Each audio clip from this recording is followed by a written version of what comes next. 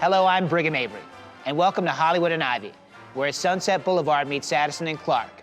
The show where we get to know celebrity Cub fans from the entertainment world as we take you from Wrigley Field to the red carpet.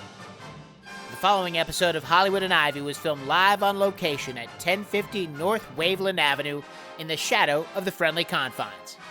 And welcome to a very special episode of Hollywood and Ivy. We're live and literally rocking the Wrigley rooftops at 1050 North Waveland, and I'm here with Joe Girardi is here. Joe, welcome to Hollywood and Ivy. Thank you for joining us in the shadows of your former stadium. Yeah, this is a great place to be. It's just a beautiful setting. Joe, talk about your earliest memory of being a Cub fan, and then kind of an anthology, fast forward to your earliest memory of being a Cub player. Kind of paint a picture. Yeah, my earliest memory as a fan was probably about 5 years old, and my father would take us up to a few games a year. He'd try to always bring us on bat day, and we'd bring those big yellow bats home and try to swing them. They were too heavy for us, but we really didn't care.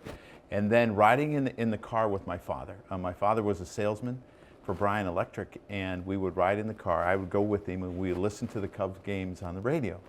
And all I could see is, you know, like the movie Tommy Boy, me being with my father and him trying to sell, the electrical equipment, and I'm probably screwing it up. But those are really, really fond memories. And then my first memory is being a Chicago Cub as a player. I remember Don Zimmer, with a week to go, told me that I'd made the club in spring training. Damon Berryhill got hurt, but I couldn't tell nobody. I'm like, I can't tell nobody. And he's like, no, you can't tell anyone. So I told Kim, who we were engaged, almost. We got engaged opening day after the first game of the year, and I knew that was going to take place, and then I couldn't tell my father. And I had to wait. And with about 2 days before the season, I told my father, get ready, you're coming to Wrigley Field. I'm going to be the opening day catcher. And the memories, it was my dream to play for the Chicago Cubs. I wrote an essay when I was in third grade that I was going to play for the Chicago Cubs, probably like every other boy in the class. But my essay actually came true, and what a dream it was for me. Bob Odenkirk has appeared on this show, and what Bob talked about is, those long, hot summer days, kind of lead and lend yourself to being a Cub fan. My mom was the youngest of 15 and had a number of brothers. She had 8 brothers and 6 sisters. And her brothers put it in perspective for me. They were all farmers for the most part. And they said, every day we look forward to 120 because we're going to listen in the tractors, working on the crops. We're going to listen. And it was like a soap opera for them. Every day you knew the game was going to start at 120, but you didn't know what was going to happen and all the twists and turns. And they look forward to it every day. And it really made me realize how important the games were for people to listen to and to watch. Opening day, you mentioned, with Mitch Wild Thing Williams. Yes. He loaded the bases in the bottom of the ninth, then went on to strike out the side. And that let you know 89 was going to be very special. Boys of Zimmer summer. Correct. Did you get that feeling that day? Oh, I did. And the amazing thing about that season is we weren't supposed to be there. Oh, yes. You were predicted dead last. And Don Zimmer did so many interesting things. He squeezed bunt with the bases loaded. And I think Rob Dibble assaulted Doug DeCenzo. He also would hit and run with the bases loaded. I mean, he was a gambler at heart and took chances. And the players really responded to him. And I was with Zim 10 out of my first 11 years in the big leagues, whether he was my manager or my coach. So he was kind of like my grandfather. He looked like my grandfather. It was like the size of my grandfather and everything. And just such a special person and a special coach. It meant so much to me. And then I think you think that when you make the playoffs your first year in the big leagues, you're going to be there every year. Well, it's not that simple, and I learned to appreciate it more and more as time went on. Joe, you're from Peoria originally. Yes. There's another famous individual from Peoria that made it big in show business. His initials were Richard Pryor. Yes. And I'm sure you knew that. I'm not sure if you did know that Richard Pryor also started a baseball movie where he wore a Cubs jersey. Yes. I'm talking about Brewster's Millions in 1985. Yes. So have you seen that? Are you a fan of that? I have seen it. I am a fan. I was a fan of his. He was very entertaining. And Richard Pryor from Peoria, it's pretty cool. Absolutely. And Joe Girardi from Peoria. Yeah. Pretty cool as well. Yeah, well, there was also another guy that Jim Thome was from Peoria. He took all the power, but I guess I got all the championships. About that 89 season again, a guy named Jerome Walton Yes. played for the Cubs. He was Rookie of the Year that year. There's so many special things that happened. You guys started 8-2. You then had an 11-game losing streak during that year and came back and won 93 games. Jerome Walton, however, was Rookie of the Year and played until 1998, but was really never recaptured that magic of his rookie year. And that just kind of speaks to the grind of baseball. Yeah. Would you not agree? Well, it's difficult. And a lot of times players come up their first year and can have really good years, and then the weight gets on them for their second year because there's expectations. You know, fans expect you're going to do the same thing year after year. It takes a special person to do that. But story that I remember about Jerome Walton was Don Zimmer told Jerome Walton in spring training, if you can hit 240, you're my center fielder. And Jerome Walton looked at him and said, I can bunt 240. And he could. He was a fantastic bunter. Ended up Rookie of the Year, and him and Dwight Smith are in Montreal at the end as we're getting ready to win the division, and they're roommates. Back then you had a roommate, right? Now they don't have roommates. And Harry Carey said, some Canadian champagne would be mighty tasty with this championship. And Dwight Smith was talking to Jerome Walton and said, hey, Juice, you know, that was Jerome's nickname.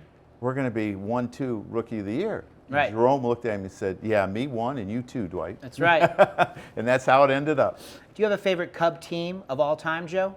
Oh, I think it was the '84 team. I was at Northwestern, and we were watching all the games when I was at school. And sometimes we would take the train down and sit in the bleachers. And what a fantastic year that was. And it's unfortunate it didn't turn out to be a World Series, but it was so entertaining. So many great players on that team. I mean, they hit, they pitched, they ran the bases. You know, Ryan Sandberg really kind of burst onto the scene the year that Sutcliffe had. I loved Zonk. You know, I loved Ron Say, you know, the Penguin at third base. It was just a great team to root for. It was the zoo. They called it the zoo. And Sarge, right? Flip the hat off. You know, he's running the bases. And I got a chance to spend a lot of time with Sarge as time went on. And what a great guy. After your time as a Cub, you went on to eventually manage the Yankees. Yes. And you wore the number 27. Another zoo. Yes, yes. Oh, absolutely, yes. Not the Bronx Zoo, but the next edition. Talk about the number 27, why you picked it, and why that was significant when you were Yankees manager. Well, I got the idea from Tony La Russa. Tony La Russa would change his number every time they won a championship, that team. So he did it in St. Louis, and I think he ended up being number 11 because they were trying to win their 11th championship. So 25 was the number that Mark Teixeira wanted when he came over. When we signed him, I said, okay, I'm going to pull a page out of Tony La Russa's book. I had a ton of respect for him, had a chance to play for 1 year. He was great because he would talk to me after games and say, why do you think I did this? Why do you think I did that? Because he knew that I wanted to manage. So I chose 27. The Yankees had 26 World Series, and that's what we were striving to do, win the 27th. And we were fortunate enough to do it in 2009, so I changed my number to 28 and still haven't got there. Looking back upon a lot of things, especially the catchers, your contemporary catchers that you came up with, Bob Boone, Gary Carter, Benito Santiago, Mike Scioscia. It was great. You know, obviously as a little boy, I watched a lot of Johnny Bench and Carlton Fisk, and ended up being a workout partner with Carlton Fisk later on in my career as he was near the end. But Mike Scioscia was someone that I always appreciated, the toughness. No one blocked the plate like Mike Scioscia. Nobody, right? And then I ended up managing against him, and he was probably as clever and as prepared as any manager I ever managed against. And I still think he should be a manager today because I thought he was fantastic for the Angels, but that's just my opinion. But loved his toughness and what he did in LA, and just a great gentleman. Catchers are very important, not only to baseball as managers, but in the postseason as well. They seem to come up big. You know, you look at guys that are really good at that. You know, I think Yan Gomes does a great job. Amazing, amazing. And that's why he's a World Series winner, and he's been in the playoffs a lot in his career. Yadier Molina was fantastic at it. You look at Maldonado in Houston. You know, doesn't hit but 200, but they win because of what he does back behind home plate. So I've always believed in that. Joe, talk about the Yogi Berra documentary that came out last year. You're featured prominently in it. And what's so special about Yogi to you? Yogi was like your grandfather. When Yogi came into the room, everyone got excited, felt comfortable. You felt like he was going to pull a piece of licorice out of his pocket and give it to you as a treat. But he was so humble and kind. And I have pictures of him holding my kids or my kids around him. And it means so much to me. Him and Carmen were just special people. And I think when you're around Yogi, you feel better. And that's what was so great about him. He just, you know, you have stories about him. I have stories about what, you know, there was one day we were driving over to spring training from Tampa to Kissimmee to play the Astros. And Yogi always rode with the manager. And he'd be in full uniform early in the morning. He'd walk down the treadmill, and Yogi told me, he said, I think he went the wrong way. Talk to the clubhouse guy and get the quicker way home.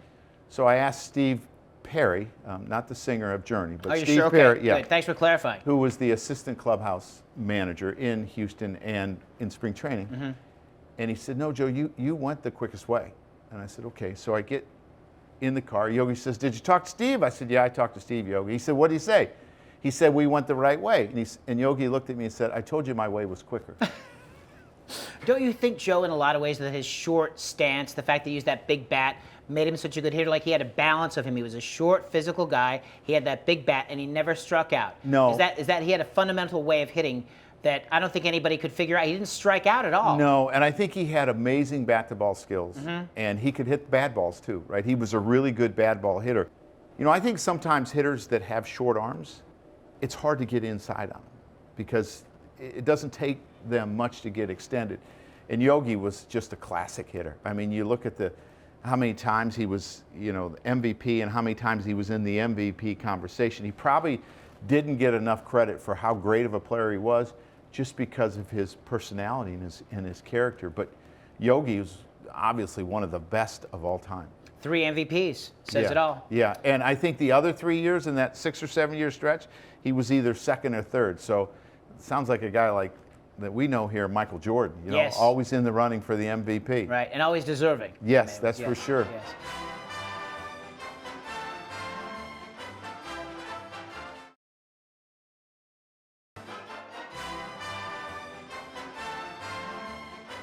Hi, Adrian's Med here. Quick Joe Girardi story.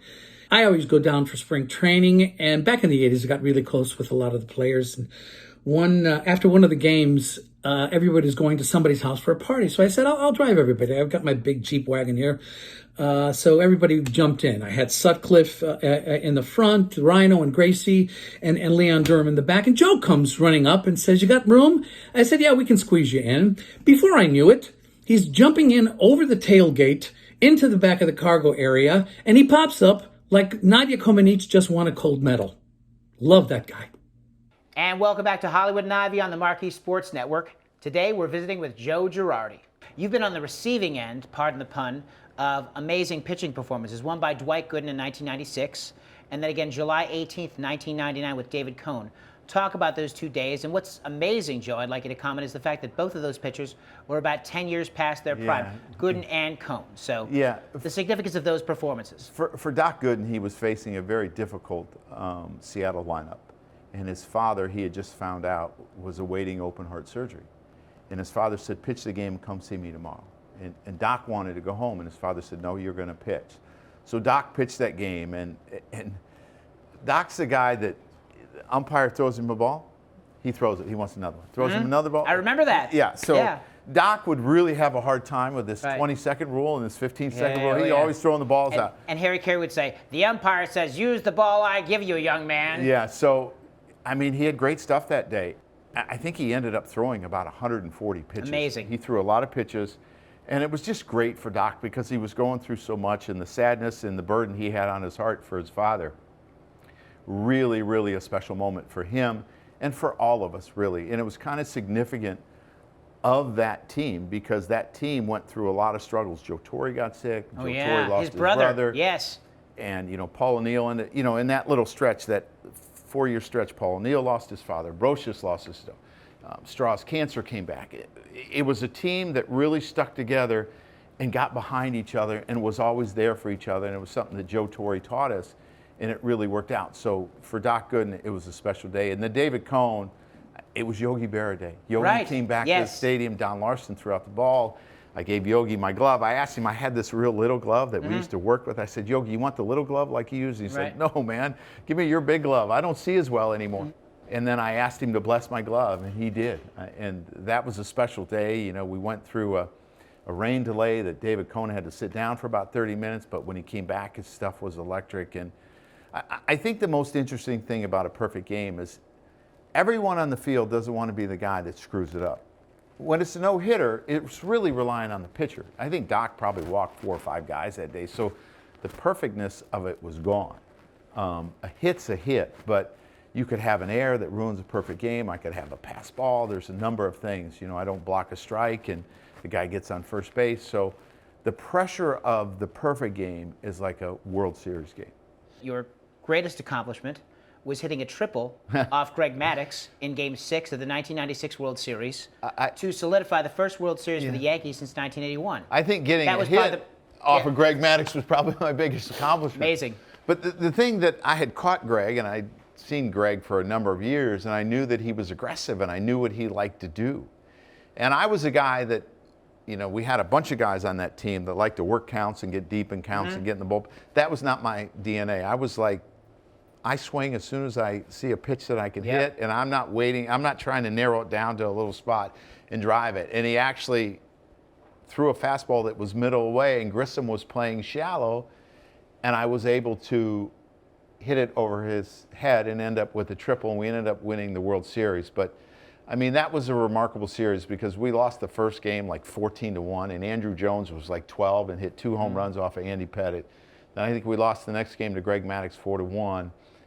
And both at home. Both at home. Both at Yankee Stadium. Yes. You were in a deep hole. And I will say this, don't you feel as though if you don't win that series, the Braves go on to be the dominant dynasty of the 90s? You kind of took that from them, and the Yankees became that, the 96, 98 Yankees in a lot of ways. I would have to agree with you. And I remember George Steinbrenner coming down, and it was, you know, vintage George. Yeah. You know, upset and slamming his fist on Joe Torre's table. And he said, George, and Joe had the ability to calm George down, one of the few. He said, look, Atlanta's my town. We're going to go down to Atlanta. We're going to sweep them in Atlanta. And we're going to come back and win Game 6, and we're going to be champions. And wouldn't you? I mean, it's crazy how it happened. Oh, yeah. And Andy Pettitte wins 1-0 after he got shelled in Game 2. He beats John Smoltz 1-0 in Game 5. Jim Leyritz has a big home run down there. That was the biggest hit in the series. Because that was a comeback that you guys were down to, and he hit that. And he got Wohlers. That was the momentum changer. And then we ended up winning Game 6. So, man, what a night it was. Jimmy Key got engaged that night. Wow. And was the pitcher that day. And I just remember us celebrating. Jim Leyritz proclaimed himself as the king. That was it. He gave himself the own nickname. And he always set up the after game parties, and he had it. And I probably got home about 2 o'clock that night. And I just remember waking up at 6 o'clock in the morning. And it was like I was relaxed again. You know, after a season, I get back on a morning schedule is what happens. And I tried to get my wife up. She wouldn't get up.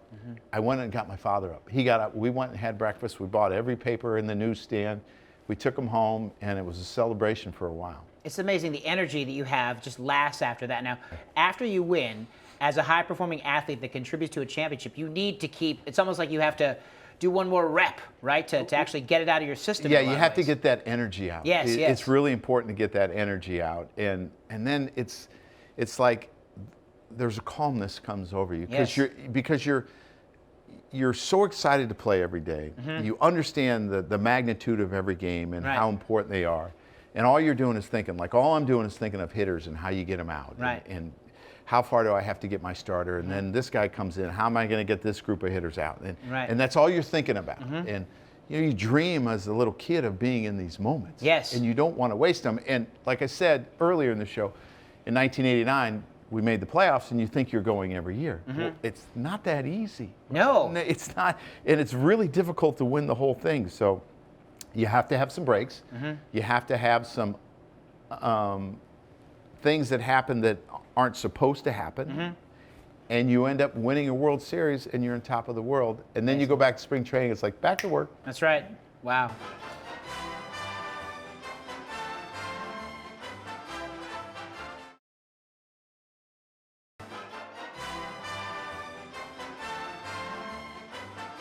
Welcome back to Hollywood and Ivy.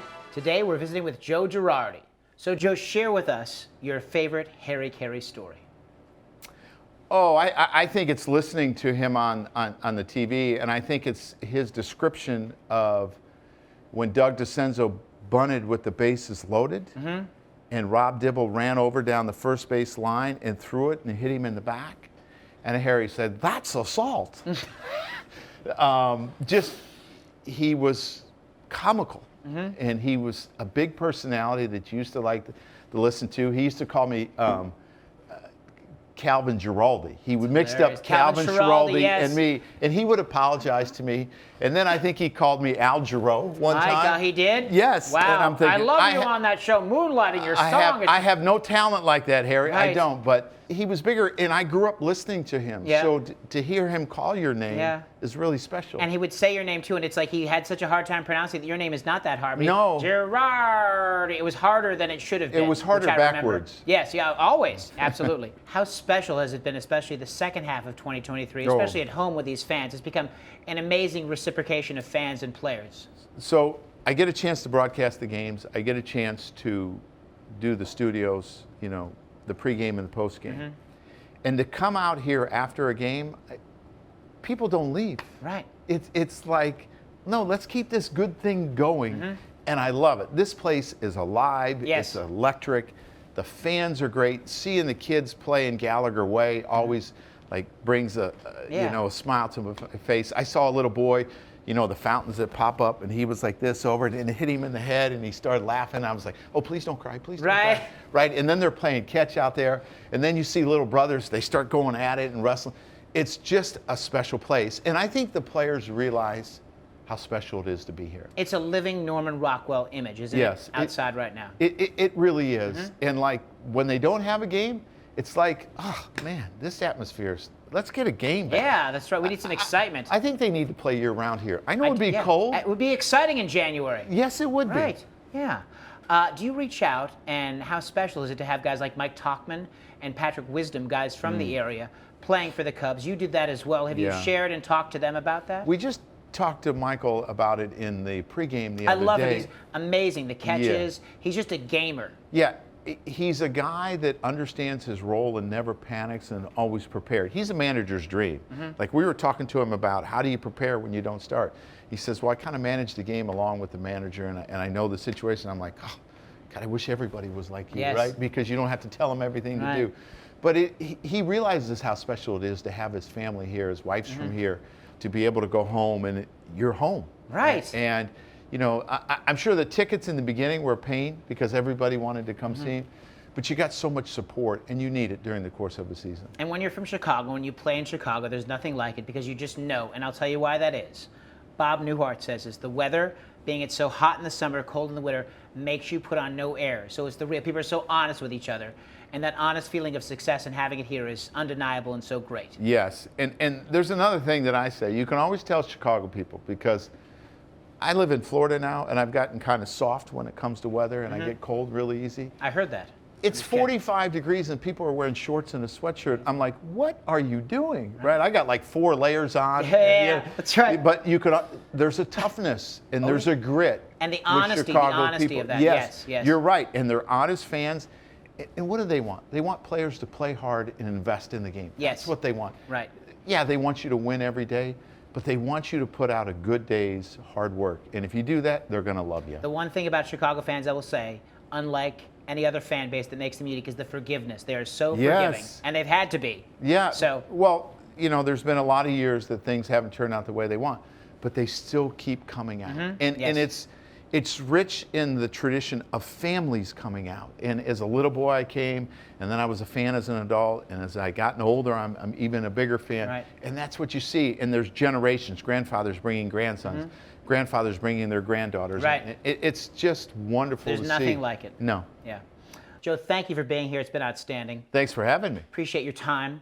And I want you to know we don't have a guest book on Hollywood and Ivy. What we do have is a guest ball. Okay. And through the magic of television, nice catch. So I better catch it, you right? bet. Yeah, absolutely. I think that was your job at one point. And that's going to do it for Hollywood and Ivy. We have been live from the Wrigley rooftops with Joe Girardi. Thanks so much for watching, and we'll see you next time on the Marquee Sports Network. And go Cubs!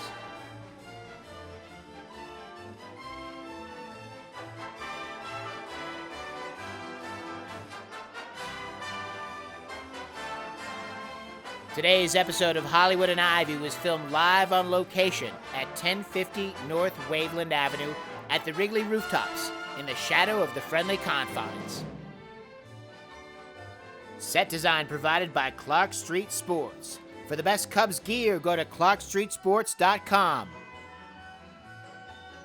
Catering for Hollywood and Ivy provided by Do Right Donuts and Chicken, located at 1027 West Addison in Chicago.